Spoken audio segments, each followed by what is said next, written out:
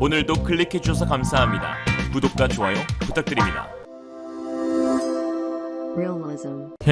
현시란 말 그대로 적에게 나의 힘을 보여주는 무력 시위를 뜻합니다. 적에게 강력한 무기를 보여줌으로써 나를 건드렸다가는 큰 코 다친다 라는 메시지를 전하는 것인데요. 그 현시 끝판왕으로 불리는 것이 바로 떠다니는 해군기지 항공모함입니다. 항모는 강대국만이 보유할 수 있는 군사력과 국력의 상징이 되어가고 있는데, 미국 항공모함 전단 한 개의 전력은 웬만한 중소국가의 해공군력 전체와 맞먹는다고 하죠. 중국이 해양굴기를 선포하면서 미국과의 패권 전쟁에서 승리를 거머쥐기 위해 가장 많이 투자하고 있는 분야도 바로 이 항공모함입니다. 그 시작으로 중국은 1991년 소련 붕괴 후 풍비박산 상태였던 러시아 해군에 접근했습니다. 당시 러시아에게 해상 카지노를 만들겠다며 입을 털면서 키예프, 민스크 항모를 구입하였고, 이때부터 구조와 설계 기술에 대한 데이터를 축적하기 시작했죠. 그렇게 중국은 랴오닝함과 산둥함 건조에 성공하며 나름 항모 전력을 구축해 나가지만, 어찌 이들 항모가 작전에 투입되면 늘수록 더욱 미국의 항공모함들과 비교되는 꼴이었습니다. 미국의 항공모함은 한번 출항하면 최소 6개월에서 9개월까지 작전 수행이 가능했지만, 반면 중국 항모들은 2주에서 길어야 4주 정도만 바다 위를 다닐 수 있었고, 심지어 계속적으로 발생하는 결함으로 인해 작전 수행 일수보다 도크에서 수리를 받는 일이 더 많았죠. 상황이 이렇다 보니 항모가 가져다주는 가장 큰 효과인 현시 능력은 오간데 없어져 오히려 미국 해군들은 중국의 항공모함을 바로 앞에 두고 다리를 꼬며 여유롭게 보는 상황까지 연출되어 중국에 크나큰 굴욕을 선사했습니다. 이에 중국은 이제부터 진짜라며 차세대 항공모함 푸젠함을 건조해내었는데요. 003형으로 불리는 푸젠함은 일단 크기나 외형적 부분에서는 미 항모와 비교해도 꿀리지 않는 모습을 보여줍니다. 비행 갑판 길이만 320m, 폭은 76m로 미 해군 주력 항모인 니미츠급과 대등한 크기를 지녔고, 만재 배수량 역시 85,000톤 이상을 확보함으로써 명실상부 대형 항공모함의 모습을 갖췄다는 평가를 받고 있긴 한데요. 또한 003형에는 스키점프 대가 아닌 새롭게 개발한 캐터펄트 사출기가 처음으로 도입되면서 높은 관심을 받고 있습니다. 중국인들은 이 푸젠함이 미국에게 받은 굴욕을 되갚아줄 항모라며 자국의 군사력과 기술력을 마음껏 보여줄 수 있을 것이라고 기대하고 있었습니다.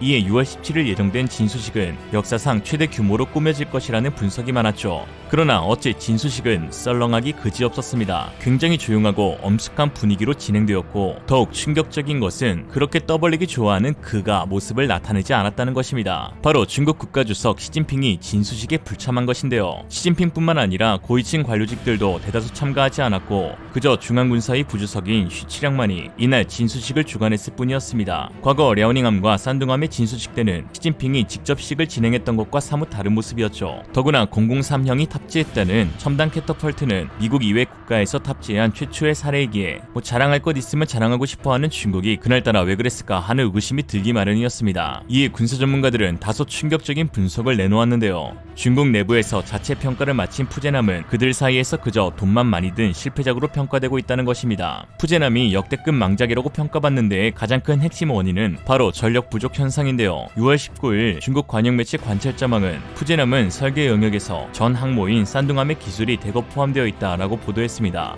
좋게 말하면 이미 기술적으로 검증되고 기술진들의 이해도가 높은 산둥함의 설계를 차용했다는 뜻인데요. 문제는 기존 산둥함의 동력 체계도 푸젠함이 그대로 물려받았으면서도 여기에는 절대적으로 운용이 불가능한 캐터펄트 사출기를 달았다는 것입니다. 심지어 증기식 사출기도 아닌 전자식 사출기를 말이죠. 물론 전자식 사출기가 가지고 있는 장점은 매우 많습니다. 증기식보다 부피와 무게를 크게 줄일 수 있어 공간 확보에 유리하고, 증기식에 비해 30% 이상 높은 에너지를 발휘하며 이는 연료와 무장을 더 많이 실은 함재기를 이함시킬 수 있는 것이죠. 문제는 이러한 장점을 한 번에 상쇄하는 치명적인 단점이 하나가 있다는 것인데요. 바로 어마어마한 전략 소모량입니다. 일례로 미국 포드급 항모에 전자식 사출기 4기를 운용하기 위해서는 열출력 700MW급의 원자로가 필요한데요. 이 작은 원자로 2기가 우리나라의 차세대 원자로 APR-1400의 출력과 같은데 거의 웬만한 도시 하나의 전력 에너지를 감당하는 것입니다. 푸젠함에 탑재된 전자식 사출기는 총 3기인데요. 함재기인 젠15B나 FC-31의 중량이 미 해군의 FA-18EF나 F-35C와 거의 비슷한 점을 고려했을 때 한 번 함재기를 사출하는 데에 소요되는 전력은 100MW로 추정되는데요. 문제는 이 미친 전력을 생산할 수 있는 원자로가 중국 항모에는 없다는 것입니다. 군사 전문가들에 따르면 푸제남의 동력계통은 그 시절 깡통배인 산둥함의 동력계통을 조금 손봐 만든 개량형이며 8개의 보일러와 4개의 증기 터빈으로 164MW의 전력 생산이 가능하다고 하였는데요. 설사 중국이 전자식 캐터펄트를 제대로 만들었다고 치더라도 운용할 수 있는 전력이 없다는 것입니다. 할라치면 차단기 내려가, 올리면 또 내려가 반복이죠. 물론 전자식 사출기에 소요되는 전력량을 큰 폭으로 줄인다면 사출이 아예 불가능한 것은 아닌데요. 그러나 충분한 전력을 공급받은 사출기를 통해 이함할 때와 그렇지 않을 때의 함지기는 연료와 무장 탑재량이 크게 차이가 날 수밖에 없습니다. 어쩌면 스키점프 때보다 효용성이 떨어질 수도 있는 것이죠.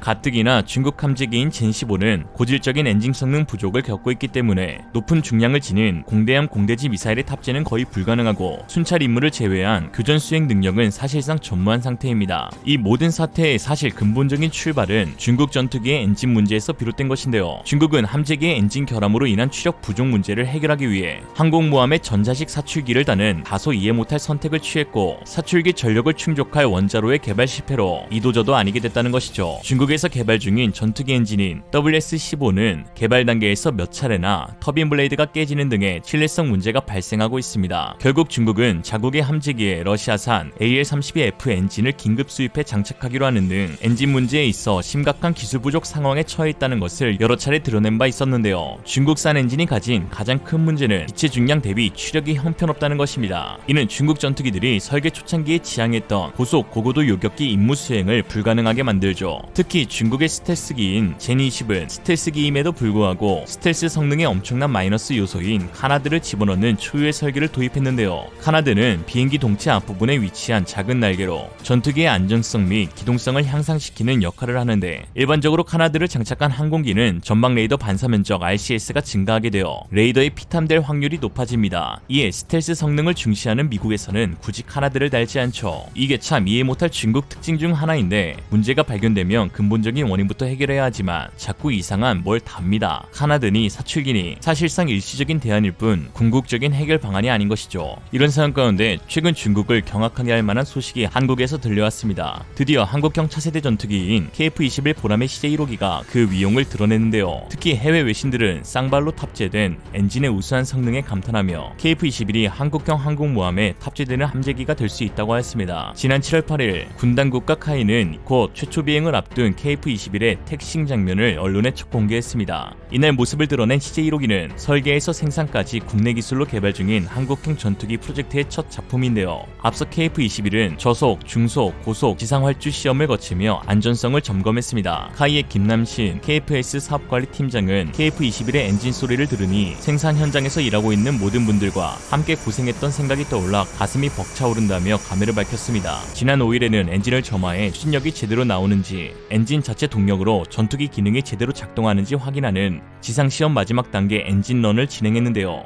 KF-21 전투기 엔진 시험 마지막 단계는 그야말로 압도적 그 자체였습니다. 3단계 최대 출력 시험 과정에서 현장에 있던 관계자들은 엔진에서 전해지는 강력한 진동과 함께 엄청난 소음에 귀가 먹먹해질 정도였는데 이는 전투기가 최대 출력을 내는 이른바 맥스 애프터 버너로 개발에 착수한 지 11년 만에 마지막 관문을 넘었다는 신호탄이었습니다. 쌍발 엔진에서 뿜어져 나오는 어마무시한 출력과 그에 상응한 소음으로 8km 넘게 떨어진 인근 마을 주민들은 민원을 제기하기도 했는데요. 카이 관계자는 주민들과 이 문제에 대해 소통할 계획임을 밝혔습니다. 실제로 KF-21의 소음은 엄청난 수준이었습니다. TO-10은 단발 항공기임에도 비행시 75에서 83웨클의 소음이 발생하는데 GE의 F414 엔진에 22,000파운드 그것도 쌍발로 탑재된 KF-21의 어마어마한 출력과 더불어 소음은 필연적일 수밖에 없겠죠. 이에 군사 전문 매체 아시안 밀리터리 리뷰에 따르면 높은 추력의 쌍발 엔진을 장착한 KF-21이 한국형 항공모함에 탑재될 함재기로 진화를 염두에 두고 있다라고 보도했는데요. 매체는 G사의 F414-400 엔진을 쌍발로 탑재할 경우 함재기로서의 운용 적합성이 높기 때문이다 라고 했습니다. 현재 F414-400 엔진을 쌍발로 탑재한 전투기는 FA-18EF 슈퍼호넷, EA-18G 그라울러인데 모두 함상용으로 사용되고 있습니다. 반면 단발 엔진으로 탑재된 경우는 사브의 JES-39 그리펜,